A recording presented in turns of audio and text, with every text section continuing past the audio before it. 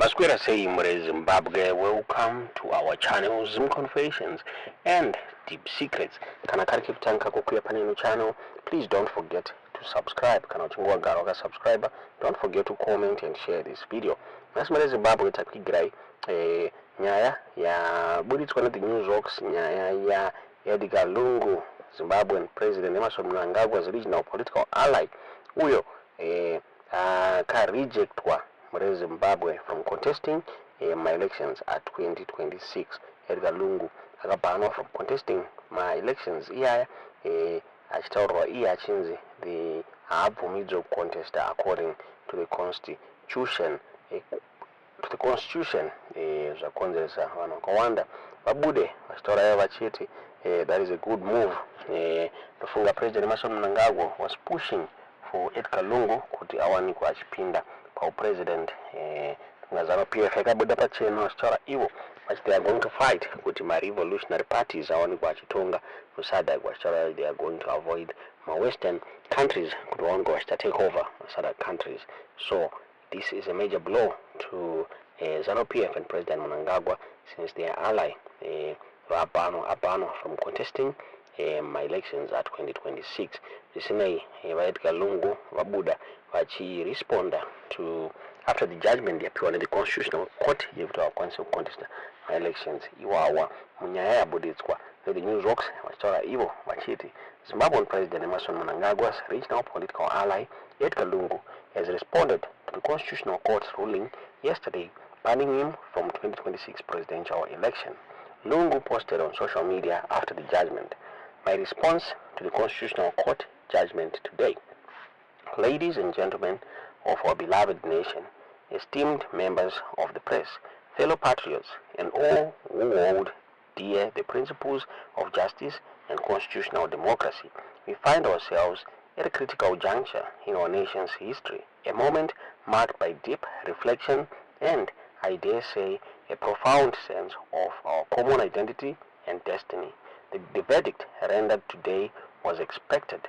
For months, the ends of political manipulation have, within undeniable force, steered us towards a conclusion foreseen not by the merits of reasoned arguments or constitutional fidelity, but by the weight of orchestrated design and political mechanizations. We kept on monitoring this. To understand the gravity of this moment, we must revisit the sequence of events that brought us here.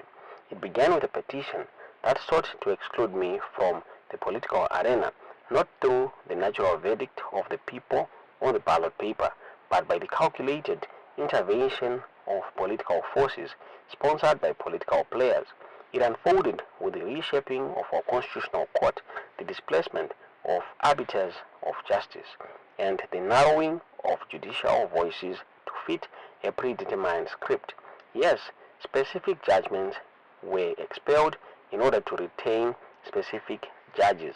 Specifically for today's judgment, we saw decisions cloaked in procedural justifications concocted by the same unmistakable end of expediency.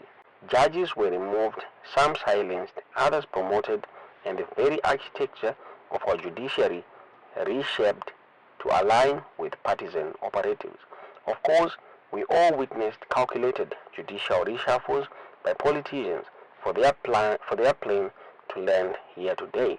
And so, you have heard for yourself the verdict has been issued, declaring that my eligibility to stand in the 2026 elections is nullified by the weight of the court's decision. I accept this verdict. I accept it not with resignation but with resolve. This is because this verdict transcends the fate of Edgar Lungu. It speaks to the erosion of judicial independence, the weakening of our democratic foundations, and the weaponization of our institutions for short-term gain. But fellow countrymen and women, know this: from this blatant manipulation, and a new resolve is born. Democracy, my fellow citizens, is not merely a system of governance, but the livelihood of our national identity. And therefore today, I declare that Plan B has been set in motion, and Plan B shall legally fight to defeat the win for Zambians. Trust me, I, in the spirit of democracy, and Zambians shall win in and with Plan B. This is not a retreat, it is not surrender, it is a recalibration of our efforts towards the sacred task of strengthening our democratic path. Plan B is rooted in the principle that democracy must prevail as a reality for every citizen in this land. Plan B is based on the enduring ideal that power must always reside with the people. Plan B will prove that no mechanization can extinguish the power of the Zambian people, and that constitutions must serve the public, not the ambitions of a few. Let me assure you, I am filled not with bitterness but with renewed determination, political hope, and faith that democracy, not court politics, shall certainly win in 2026 without any doubt. We must show the world that Zambia's democracy cannot be extinguished by a manipulated verdict. Zambians shall win and celebrate very soon. Not few ruling elite through their proxies. To those who believe they have triumphed today, I say this: history is a patient judge. The true verdict will be rendered not in the chambers of a court, but in the hearts of the people of Zambia. In the annals of time, my fellow Zambians, let us walk forward together with dignity and resolve. Let us prove that our democracy, though tested in this moment, will emerge stronger. Today, Plan B goes into motion and democracy will prevail as well as win. Thank you. May God bless you, our beloved Zambia. Edgar Lungu, 6th President of Zambia, President and Tons Alliance 2026 presidential candidate. Zamabuditsiro akaitwa nyaya news Zimbabwe tingaziwe kuti mudaiona sei nyaya iyi kutaura kwatiri kuita valungu vakanzi according to the constitution havakwanisi kucontesta muri Zimbabwe tingaziwe kuti munoona sei nyaya itiudze zvamuri kufunga comment section.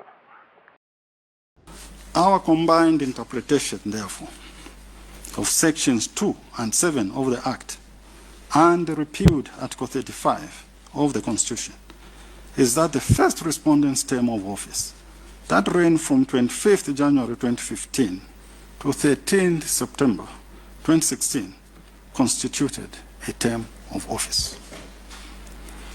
The first respondent's term, which ran from 13th September 2016 to August 2021, constituted his second term.